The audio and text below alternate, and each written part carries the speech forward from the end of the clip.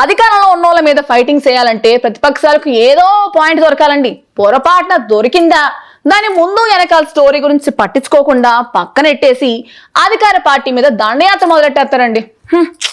మరి ప్రతిపక్షాలు ఉన్నదే దానికోసం కదమ్మా. ప్రజలకు సమస్య వచ్చేస్తే పోరాడాలి కదా.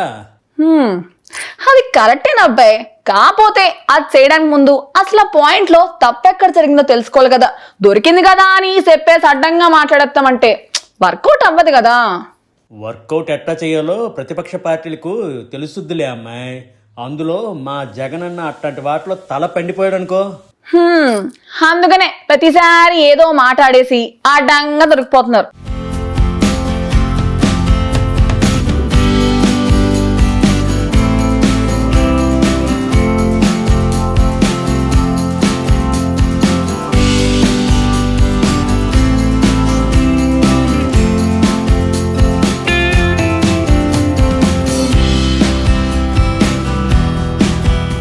అన్నీ అయిపోయాయి.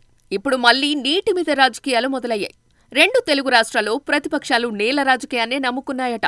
2 రాష్ట్రాల్లోనూ ఏపీ సీఎం చంద్రబాబుని బూచాడుగా చూపించి ఉద్యమాలకు శ్రీకారం చుడుతున్నాయి ప్రతిపక్ష వైఎస్సార్సీపీతో పాటు తెలంగాణలోని బీఆర్ఎస్లు. చంద్రబాబుతో రాజీపడి తెలంగాణ ప్రయోజనాలను గాలికి వదిలేశారని సీఎం రేవంత్ పై మండిపడుతున్నారు గులాబీ పార్టీ నేతలు. తెలంగాణ సీఎం రేవంత్ తో రహస్య ఒప్పందం చేసుకుని ఏపీ ప్రయోజనాలను చంద్రబాబు దెబ్బతీస్తున్నారని ఫ్యాన్ పార్టీ నేతలు ఆరోపిస్తున్నారు. రాయలసీమ ఎత్తిపోతల పథకాన్ని ఏపీ సీఎం చంద్రబాబుతో మాట్లాడించి ఆపించారని తెలంగాణ అసెంబ్లీలో సీఎం రేవంత్ చెప్పిన తర్వాత నుంచి రచ్చ మొదలైంది. కాకపోతే ఆ ప్రాజెక్టు ముందుగానే నిలిచిపోయిందని, రేవంత్ చెప్పిన దాంట్లో ఎంతమాత్రం నిజం లేదని గులాబీ నేతలు చెబుతున్నారు. తద్వారా జగన్మోహన్ రెడ్డి హయాంలో తామే ఆ పనులు ఆపించామని వారు అంటున్నారు.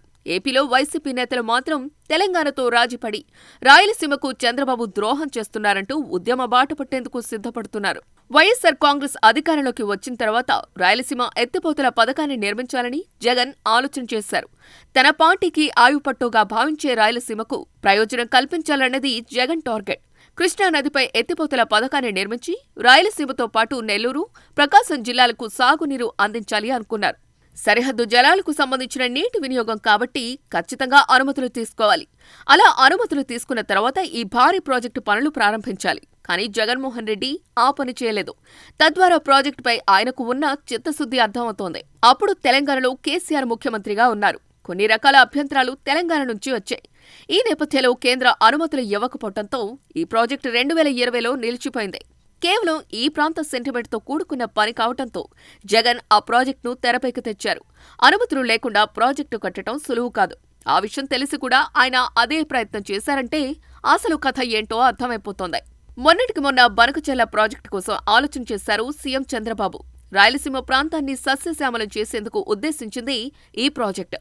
దీనికి తెలంగాణ సమాజం నుంచి అభ్యంతరాలు వచ్చాయి. అదే సమయంలో ఏపీలోని మిగతా రాజకీయ పక్షాల సహకారం కూటమి ప్రభుత్వానికి కరువైంది. వైఎస్సార్సీపీ అయితే కనీసం నోరు మెదపలేదు. కానీ బనకచెర్ల ప్రాజెక్టు విషయంలో తెలంగాణలోని కాంగ్రెస్తో పాటు గులాబీ పార్టీ నేతలు సైతం విమర్శలు చేశారు.